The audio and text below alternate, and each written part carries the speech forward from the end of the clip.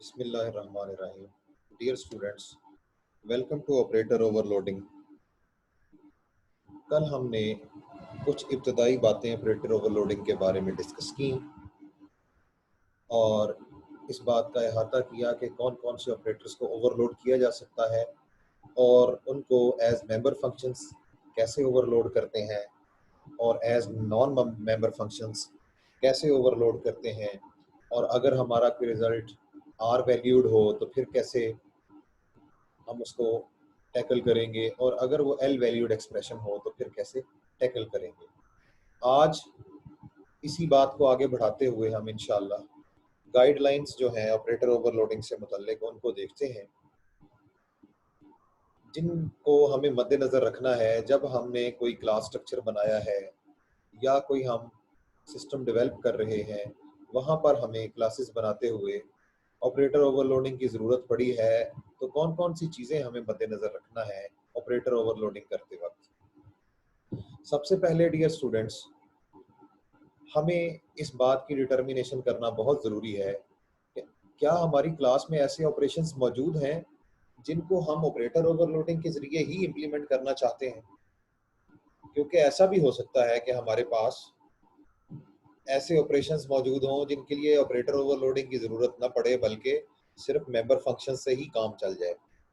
तो इस बात का आपने तफसीली तौर पे जायज़ा लेना है कि आपकी क्लास में कौन कौन से काम ऐसे होने हैं जो कि ऑपरेटर ओवरलोडिंग के साथ ही हो सकते हैं, इसके अलावा नहीं हो सकते। फिर ये बात भी आपने मद्देनज़र रखनी है कि क्या आपके पास C++ या अंडरलाइंग जो भी लैंग्वेज है उसके अंदर मौजूद ऐसे कोई ऑपरेटर्स हैं जो आपके इन ऑपरेशंस को सपोर्ट कर सकें ओवरलोडिंग करते वक्त, या कम से कम ऐसे ऑपरेटर्स मौजूद हैं आपके पास अंडरलाइंग लैंग्वेज में जो कि आपके इन ऑपरेशंस की नेचर को सपोर्ट कर सकें ओवरलोडिंग करते वक्त। अगर इन सब सवालों का जवाब आपको ना में मिले या किसी भी एक सवाल का जवाब आपको ना में मिले तो डिसजंक्शन कर लें इनमें, यानी इनमें से किसी भी एक सवाल का जवाब कंजंक्शन कर लें। अगर किसी भी एक सवाल का जवाब आपको ना में मिले तो कंजंक्शन करते हुए आप सिर्फ मेंबर फंक्शन से काम चलाएं, ऑपरेटर ओवरलोडिंग की तरफ ना जाएं। उसके बाद अगर आपने फैसला कर ही लिया कि आपने ऑपरेटर ओवरलोडिंग ही करनी है और आपके पास अंडरलाइंग जो लैंग्वेज है उसमें ऐसे ऑपरेटर्स मौजूद हैं जो कि आपके ऑपरेटर ओवरलोडिंग के इस बोझ का सहारा उठा सकें, तो फिर आप सबसे पहले ये कीजिए कि आप ये देखिए कि जो ऑपरेटर आपने चुना है उस ऑपरेटर में ऑपरेंड्स के तौर पे किस किस्म की डाटा टाइप्स हमें अलाउ है, और अगर आपकी मतलूबा डाटा टाइप उसमें मैसर नहीं है तो फिर कन्वर्जन का बंदोबस्त करें। आपने कन्वर्जन्स किस तरह से करनी है ऑपरेंड्स की, और अगर कन्वर्जन्स इम्प्लिसिटली होनी है या आपने एक्सप्लिसिटली करनी है, इस बात का ख्याल करें।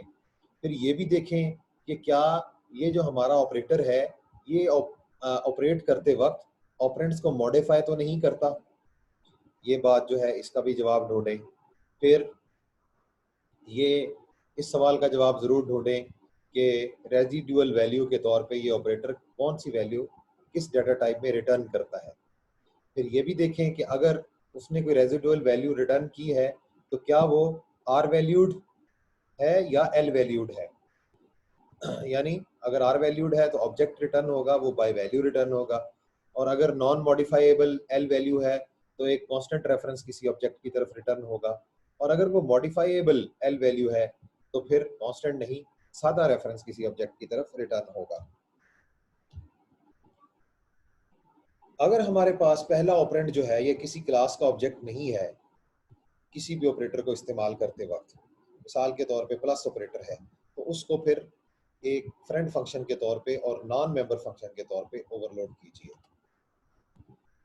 और अगर आप नॉन मेंबर फंक्शन के तौर पे उसको ओवरलोड कर रहे हैं तो ये देखिए कि क्या ऑपरेंड्स मॉडिफाई तो नहीं हो रहे। अगर वो मॉडिफाई नहीं हो रहे और वो किसी क्लास के ऑब्जेक्ट्स हैं तो बड़ा सिंपल है कि आप उनको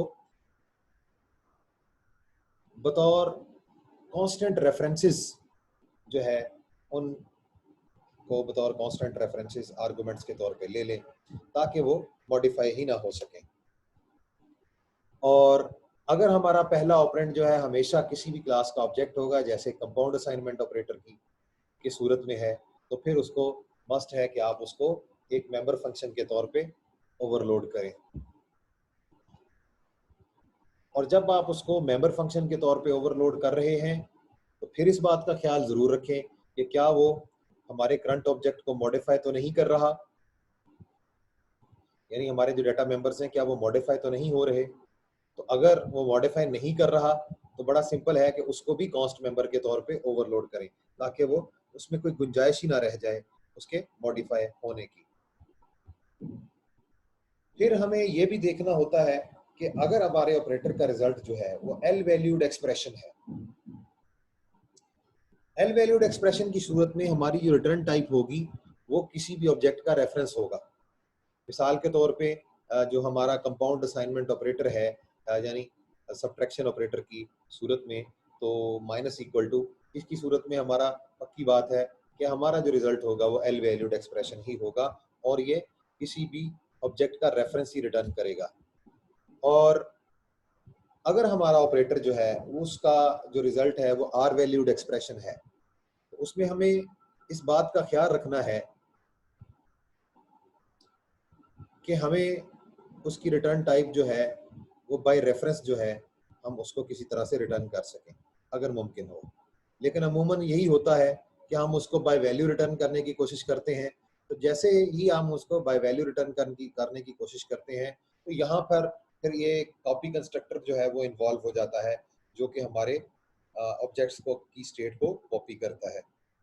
तो इसमें हमें इस बात का ख्याल रखना है कि अगर एल वैल्यूड है तो वहां तो बाय रेफरेंस ही रिटर्न होगा, लेकिन आर वैल्यूड में भी कोशिश करें कि रिटर्न बाय रेफरेंस करें।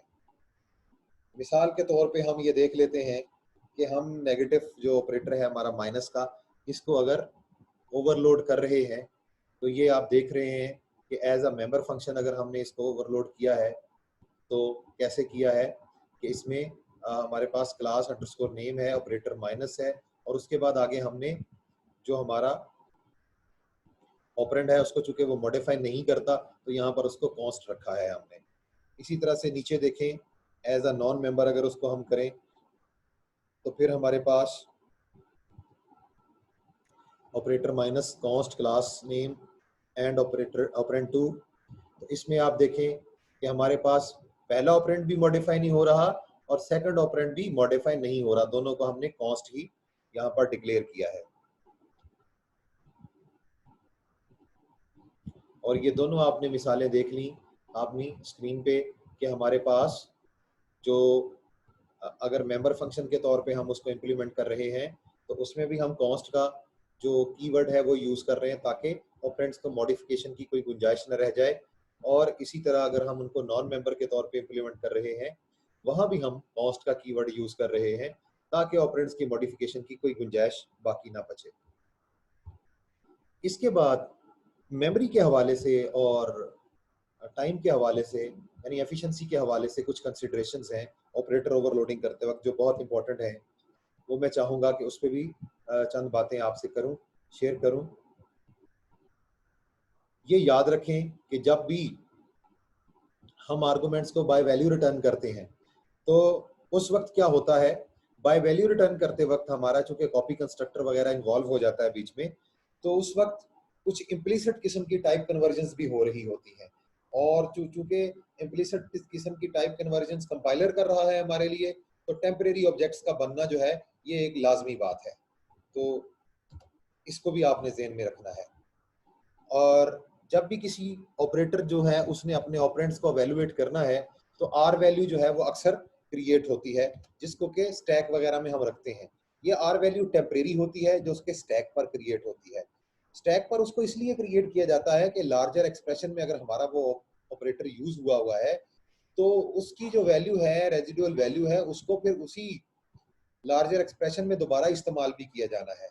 तो इस ये जो उसकी टेम्परेरी वैल्यू अभी जनरेट होकर स्टैक में गई है इसका लाइफ टाइम क्या है, इसका लाइफ टाइम है एंड ऑफ स्टेटमेंट तक, कि जहां वो स्टेटमेंट लिखी हुई है, जिस स्टेटमेंट में आपका वो ऑपरेटर इस्तेमाल हुआ है, वो ओवरलोडेड ऑपरेटर इस्तेमाल हुआ है, हमारी ये जो टेम्परेरी आर वैल्यू जनरेट हुई है स्टैक पर, उसका लाइफ टाइम उस स्टेटमेंट के एंड तक है, उसके बाद वो डिस्ट्रॉय हो जाएगी। और जब हम इस तरह के टेम्परेरी ऑब्जेक्ट्स जो हैं उनसे डील कर रहे हों, तो हमें जो ऑपरेटर होता है उसके ऑपरेंड्स के कंटेंट्स को जो है मॉडिफाई होने से हर सूरत बचाना है। और इसको बचाने के लिए हमें एडिशनल मेमोरी या एक्स्ट्रा मेमोरी जो है, या कॉपी ऑपरेशंस वगैरह भी जो हैं वो हमें करना पड़ते हैं। जब भी हम अरिथमेटिक या बिट वाइज ऑपरेटर्स को ओवरलोड करते हैं, तो जाहिर बात है, मैं शुरू में कल के लेक्चर में आपको बता चुका कि जब भी आप किसी भी जो हमारा अरिथमेटिक या बिटवाइज ऑपरेटर है, तो उसका कॉरेस्पॉन्डिंग कंपाउंड असाइनमेंट ऑपरेटर भी आप ओवरलोड करें। अगर उसको ओवरलोड कर रहे हैं, प्लस को, माइनस को, मल्टीप्लीकेशन को या डिवीजन को, तो फिर आप उसके कॉरेस्पॉन्डिंग कंपाउंड असाइनमेंट ऑपरेटर को भी जो है वो ओवरलोड करें। जब हम ये करेंगे तो फिर जो हमारा ओवरलोडेड अरिथमेटिक या बिटवाइज ऑपरेटर है, इसको भी हम कंपाउंड असाइनमेंट ऑपरेटर में इस्तेमाल करने के लिए कोशिश करेंगे। मिसाल के तौर पे एक मिसाल मैं आपको दिखाता हूँ। स्ट्रिंग क्लास में हमने प्लस ऑपरेटर को ओवरलोड किया हुआ है। फर्ज करें प्लस ऑपरेटर हमारा स्ट्रिंग क्लास में ओवरलोडेड है। ये हमने अज्यूम कर लेना है, दोबारा सुन लें, कि हमारा जो प्लस का ऑपरेटर है हमने ऊपर कहीं प्रोग्राम में पहले ही ओवरलोड कर रखा है, ये ज़हन में रखें। अब क्या है, अब हम इसका कंपाउंड असाइनमेंट ऑपरेटर जो है वो भी हम ओवरलोड करने जा रहे हैं। तो गौर कीजिए, पहले हमने इनलाइन का कीवर्ड यूज किया। इनलाइन के बारे में आप अच्छी तरह वाकिफ हैं कि इनलाइन हमें जो है ये क्या करता है। उसके बाद ये स्ट्रिंग है, ये हमारी क्लास का नाम है, और ये रेफरेंस ऑपरेटर है स्ट्रिंग। उसके बाद स्कोप रेजोल्यूशन ऑपरेटर, उसके बाद ऑपरेटर का कीवर्ड, फिर plus equal to, this is our compound assignment operator. उसके बाद एक ये हमारे पास आर्गुमेंट है, एक स्ट्रिंग जो है कैरेक्टर पॉइंटर, यानी ये स्ट्रिंग को मैनिपुलेट करने के लिए हमने कैरेक्टर पॉइंटर लिया है। उसके बाद इसकी फंक्शन की बॉडी में हम क्या कर रहे हैं, दिस पॉइंटर को इस्तेमाल कर रहे हैं, जो कि हमारे करंट ऑब्जेक्ट को पॉइंट कर रहा है, करंट ऑब्जेक्ट को रेफर कर रहा है। Star this is equal to star this plus S, ये हमारे कंपाउंड असाइनमेंट ऑपरेटर में यही हम करते हैं कि जो हमारे पास पहले से वैल्यू होती है उसमें मजीद वैल्यूज प्लस हो जाती हैं। तो यहाँ पर भी यही हो रहा है कि पहले से जो स्ट्रिंग पड़ी है उसमें एक और स्ट्रिंग जो है वो कंकैटिनेट हो जाएगी, और फिर कंकैटिनेशन के बाद वही जो दिस पॉइंटर है ये हम मॉडिफाइड जो ऑब्जेक्ट है उसको रिटर्न कर देंगे। तो इसमें हम दिस पॉइंटर को इस्तेमाल कर रहे हैं, जिसकी इम्प्लीकेशंस हमारे लिए काफ़ी मसले पैदा कर सकती हैं। ये क्या मसाइल पैदा कर सकती हैं? दिस पॉइंटर को हम क्यों नहीं इस्तेमाल करना चाहते? दिस पॉइंटर का इस्तेमाल करना यहाँ पर हमारे लिए क्यों मुसीबत बन सकता है? ये मैं अभी आपको अगली स्लाइड पे बताता हूँ। अब देखने को तो ये जो कोड आपने देखा, इसमें ये क्लीन है और सिंपल है, बड़ा आसान है और सादा सा है, लेकिन इसमें कुछ परफॉर्मेंस के ड्रॉबैक्स ज़रूर मौजूद हैं। क्योंकि हमारे इस कोड में आपने देखा कि दिस जो हमारा ऑपरेटर है ये 3 बार यूज हुआ है। पहली बार this star this is equal to star this plus s वाली लाइन में, और उसके बाद रिटर्न स्टेटमेंट में। तो यहाँ पर टेम्परेरी स्ट्रिंग ऑब्जेक्ट जो है वो एक आर्गुमेंट से क्रिएट हो रहा है। उसके बाद फिर एक सेकेंडरी टेम्परेरी ऑब्जेक्ट जो है वो कंकैटिनेशन के बाद क्रिएट हो रहा है। उसके बाद फिर कंकैटिनेशन के बाद एक और जो है हमारा कॉपी कंस्ट्रक्टर जो है एक टेम्परेरी ऑब्जेक्ट को दोबारा कॉपी करेगा जो ओरिजिनल ऑब्जेक्ट है उसमें। तो अगर हमारा ये ऑब्जेक्ट जो है ये क्लास एक बहुत बड़ी है, और ये बहुत बड़ा, इसके जो डाटा मेंबर्स हैं काफ़ी बड़े हैं, ज़्यादा हैं, और मेमोरी का इसके मसाइल हैं, कम्प्लेक्स है, तो फिर ये जो हमारा दिस पॉइंटर है ये हमारे लिए बड़े मसाइल पैदा कर सकता है। यानी अगर ऑब्जेक्ट हमारा बहुत बड़ा है तो ये मेमोरी बहुत लेगा और एफिशिएंसी हमारी जो है वो बहुत स्लो डाउन हो जाएगी। तो डियर स्टूडेंट्स, आज हमने ऑपरेटर ओवरलोडिंग की कुछ गाइडलाइंस जो हैं वो मुशाहदा की, और इंशाल्लाह हम यहीं से अपना ऑपरेटर ओवरलोडिंग का जो लेक्चर है ये कल कंटिन्यू करेंगे, और इसकी एक एक करके कुछ ऑपरेटर्स की एग्जांपल्स देखेंगे, वो कैसे ओवरलोड किए जा रहे हैं और उनको कैसे आगे यूज़ किया जा रहा है। तो फिलहाल आज के लिए ऑपरेटर ओवरलोडिंग से इतना ही। इंशाल्लाह कल यहीं से हम अपनी बात को आगे बढ़ाएंगे। तब तक के लिए अल्लाह हाफ़िज़।